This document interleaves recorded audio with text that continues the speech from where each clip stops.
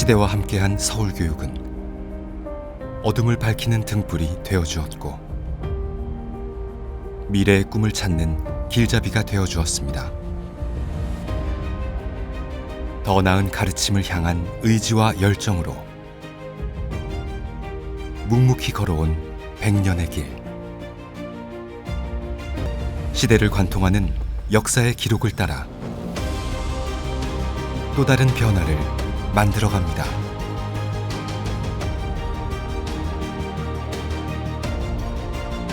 세상에 없던 도전과 혁신으로 열어가는 서울교육의 내일. 서울교육이 나아가는 길은 대한민국 교육의 길이 됩니다.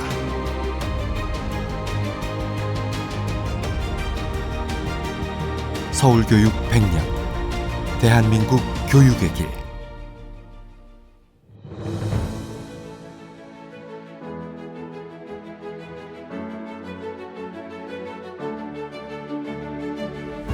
우리의 학교 교육은 130여 년을 거슬러 올라가 살펴볼 수 있습니다. 근대적 개혁으로 나라의 힘을 키우고자 했던 고종. 1895년 새로운 교육제도의 중요성을 강조하기 위해 교육입국 조서를 발표하면서 근대교육 개혁의 시작을 알렸습니다. 이를 시작으로 우리나라의 근대교육에 대한 열정은 커져갔고 배제학당과 이화학당, 언더우드 학당까지 선교사들을 중심으로 한 교육기관들이 생겨났으며 이는 우리 민족교육을 위한 근대 학교의 뿌리가 되기도 하였습니다. 1894년 개교한 서울교동초등학교는 우리나라 최초의 초등학교로서 여자 학급을 최초로 신설하고 신분에 관계없이 교육의 기회를 제공하였습니다. 일제강점기에는 약 35년간 11명의 일본인 교장을 두었지만 서울교동초등학교는 꿋꿋이 서울초등교육의 기반을 지켜오며 역사와 전통을 이어가고 있습니다. 중학교와 고등학교의 뿌리 역시 서울에서 찾아볼 수 있습니다. 현재의 경기고등학교는 1900년 우리나라 최초의 중등교육을 보급하기 위하여 서울 종로구의 관립중학교라는 이름으로 설립되었습니다. 관립중학교는 다양한 이름의 중학교, 고등학교로 개명되는 역사를 거친 뒤 1971년 경기중학교는 폐교되었고 현재 서울 강남구에 위치한 경기고등학교로 자리하게 되었습니다. 그리고 1899년 공업에 필요한 실학을 교육하는 상공학교 건립이 추진되었고 우리나라 최초의 근대 실업학교 관립상공학교를 통해 건축, 기계, 전기 등을 가르치며 공업교육을 시작하게 됩니다. 하지만 우리 배움의 길은 1910년 일제강점기를 맞이하며 나아갈 힘을 잃고 맙니다. 식민지 정책에 부합하는 교육체제로 개편되며 일제는 조선인들에게 주어진 교육의 기회를 제한한 것입니다. 이에 1911년에 공포된 조선교육령을 살펴보면 일제가 단기교육 제도를 채택하고 전 교과목을 1어로 교육하며 실업교육에만 치중한 것을 확인할 수 있습니다. 초등교육 과정에서부터 교육 기회를 제한하고 조선어 말살 정책을 펼치려 한 일본의 노력에도 그동안 교육을 나라의 힘으로 알고 살아온 한국인들은 배움을 향한 집념을 버리지 않았습니다. 1920년 경성도서관이라는 이름으로 개관한 근대적 도서관인 종로도서관은 도서 출납 이외에도 학교에 다니지 않는 어린이들을 위해 국어, 산수, 지리, 과학 등을 교육하기도 하였는데 이는 나라를 다시 되찾는 길을 배움에서 찾고자 했던 당시 사람들의 열망을 보여줍니다. 또한 서울 지역의 식민지 교육의 확대로 공립보통학교가 개교되었지만 그 과정에서도 민족교육이 실시되었으며 수많은 독립운동가들이 배출되었습니다. 이처럼 일제강점기는 그동안 쌓아온 민족교육의 전통이 무너져 가슴 아픈 시기이면서도 국민들의 교육의 열정이 대단했음을 느낄 수 있는 시기이기도 합니다.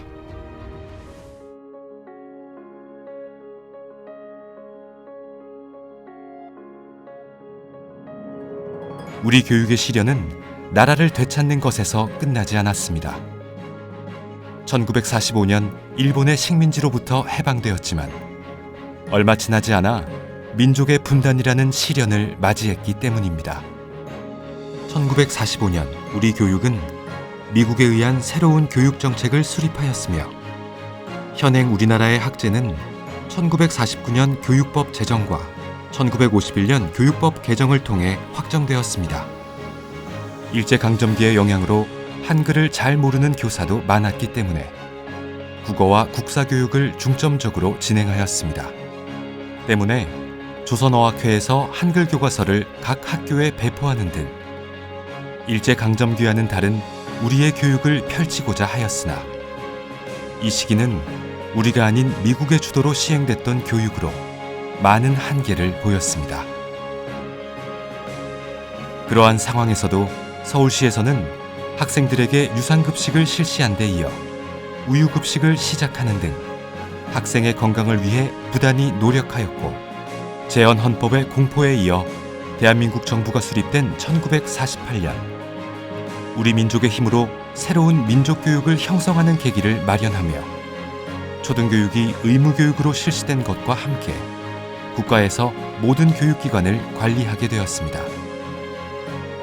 하지만 이러한 노력도 잠시 새로운 교육제도가 확립되기도 전에 1950년 한반도를 가르는 6.25 전쟁이 발발하게 되면서 3일 만에 서울이 점령당함에 따라 서울의 학생 중에서도 학도병으로 선발된 341명이 용산고등학교에서 출정식을 갖고 치열한 전쟁터로 뛰어들었으며 전국에 있는 초중등학교는 임시휴학에 돌입했지만 전쟁과 피난의 혼란 속에서도 피난민을 모아 교육을 계속합니다.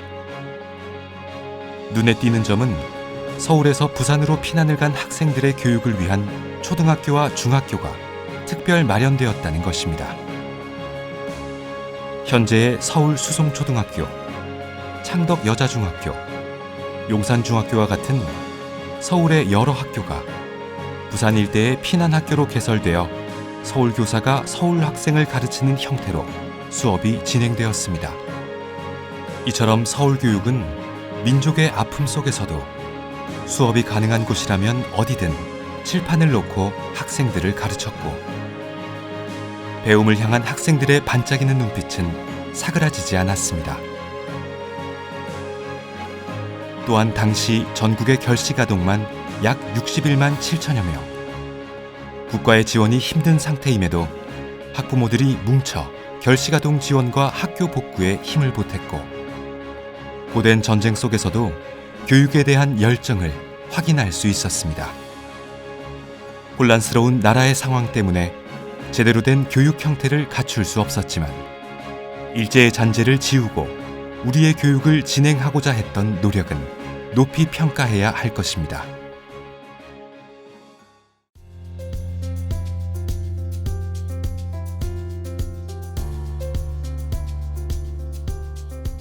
일제강점기와 민족전쟁을 겪으며 변화했던 교육체계는 임시방편으로서의 성격을 지녔기 때문에 우리의 손으로 만든 체계적인 교육 형태가 절실했습니다. 1954년부터 시작된 제1차 교육과정을 시작으로 현재의 교육과정까지 서울교육은 새로운 길을 모색하는 과정을 거듭했습니다. 1960년대부터 1970년대까지는 일명 콩나물 교실로 적게는 60여 명, 많게는 90여 명까지 좁은 교실에 빽빽하게 들어선 학생들 때문에 3부제 수업까지 진행한 학교가 많았지만 이는 시간이 지나 출산율 감소의 영향으로 자연스럽게 해소될 문제로 지나쳤습니다. 그리고 제1차 교육과정이 시작된 후 1968년까지는 시험을 통한 중고등학교 입학으로 치열한 입시 경쟁의 시대를 맞이합니다. 서열화된 학교들 사이 명문학교를 보내기 위한 학부모들의 치맛바람이 상상 이상으로 거센 시기였는데, 특히 유명한 무즈 파동 등 중학 입시를 둘러싼 학부모들의 입시 경쟁이 치열해지면서 1969년 중학교 입시는 철폐되고 추첨제를 도입하게 됩니다. 그 결과 초등학교에서 입시 위주 교육은 사라지게 되었지만 오히려 고교 진학을 위한 입시 경쟁이 치열해지게 되었고, 학교 밖에서 행해지는 과외 수업 등 과도한 사교육비 투자와 고등학교 서열화로 또 다른 부작용이 발생하였습니다. 이에 1974년 고교 평준화가 시작되면서 각종 교육 문제와 부작용을 최소화하는 데 기여했다는 평가를 받았습니다. 또한 이와 함께 서울 강북에 집중된 명문고등학교를 강남으로 이전시키면서 현재와 같이 교육 환경이 변화되었습니다. 1974년부터 고교 평준화가 이루어졌는데, 재학생의 과외 교습과 입시 목적의 수강이 법으로 금지되었고 1987년에 해제되었습니다. 1982년부터는 대학 입학 학력고사가 시행되었습니다. 고등학교에서 배운 교과 내용을 바탕으로 1년에 한 번 학력고사가 실시되었고, 이는 현재의 대학 수학능력 시험으로 변화하게 되었습니다. 학생들의 차림새에도 많은 변화가 있었습니다. 1983년에는 중고교 학생의 교복과 두발 자유화가 시행되었는데, 자유로운 분위기도 잠시, 학부모들이 안게 되는 부담감과 학생들의 복장 경쟁으로 얼마 지나지 않은 3년 뒤 다시 각 학교별 교복이 생겨나게 되었습니다.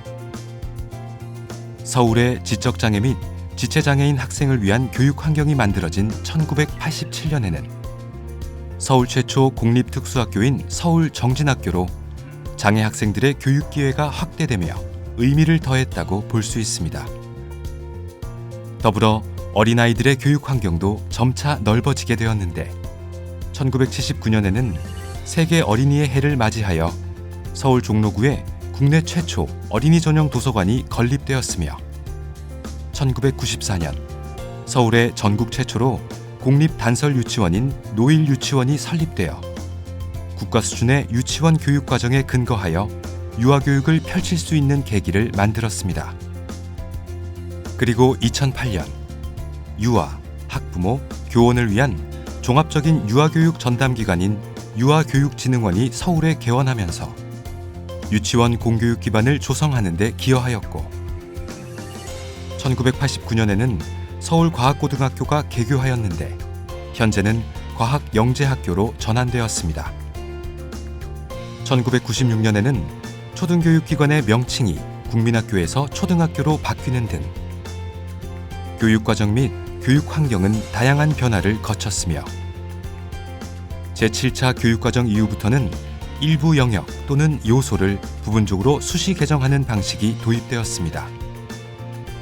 130여 년 전 우리 땅에 처음 들어선 근대교육, 나라를 잃고 같은 민족과 충돌하는 등 이루 말할 수 없는 위기가 많았지만 우리 교육은 시대에 맞춰 새로운 길을 개척하며 우리 곁에 항상 함께하고 있습니다.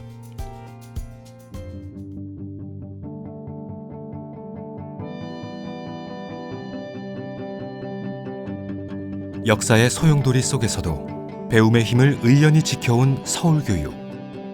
2014년 모두가 행복한 혁신 미래 교육을 시작으로 창의적 민주시민을 기르는 혁신 미래 교육까지 시대와 발걸음을 함께하는 미래 비전을 제시하며 혁신을 거듭하고 있습니다. 미래 사회를 이끌어갈 우리 아이들이 스스로 살아갈 수 있도록 각자의 잠재력을 발휘할 수 있는 환경을 만들어주고 더불어 사는 삶의 가치를 일깨워주는 교육의 모습을 만들어가고 있는 것입니다. 그 예로 다양한 형태의 유치원을 지속적으로 설립하여 유아교육의 공공성을 강화하고 2019년에는 17년 만에 특수학교를 설립하여 배움의 기회를 확대하며 초중고의 친환경 무상급식을 실시하는 등 학생들의 건강한 한 끼를 적극적으로 지원하고 있습니다.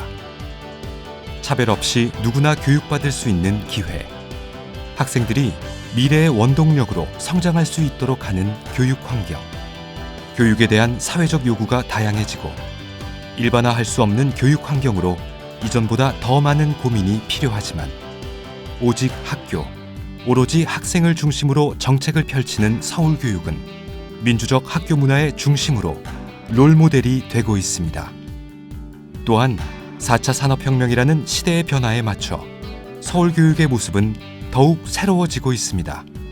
지능정보기술을 교육 공간에 도입하고 미래 기술을 습득할 수 있는 수업을 마련하여 학생들이 미래를 이끄는 세계 시민으로 성장할 수 있게 합니다.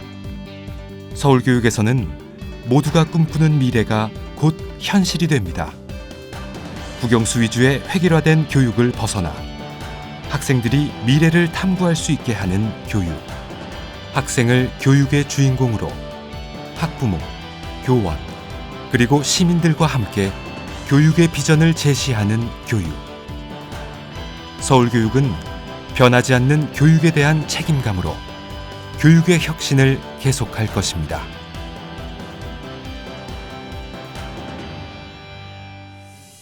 지난 100년의 길을 돌아보며 서울교육이 나아가야 할 방향을 생각합니다. 배움의 기쁨이 가능한 학교. 모두가 함께 성장하는 가르침. 교육의 방법은 달라져도 본질에 충실한 혁신은 계속되어야 하기에 우리의 고민은 멈추지 않습니다. 시대를 바라보는 교육에서 시대를 이끄는 교육이 될 수 있도록, 성공이 아닌 성장을 위한 교육이 가능하도록 한계를 넘어 더 나은 미래를 준비하는 희망의 배움터가 되겠습니다. 서울교육, 도전의 100년을 넘어 미래 100년의 길을 향해 나아갑니다.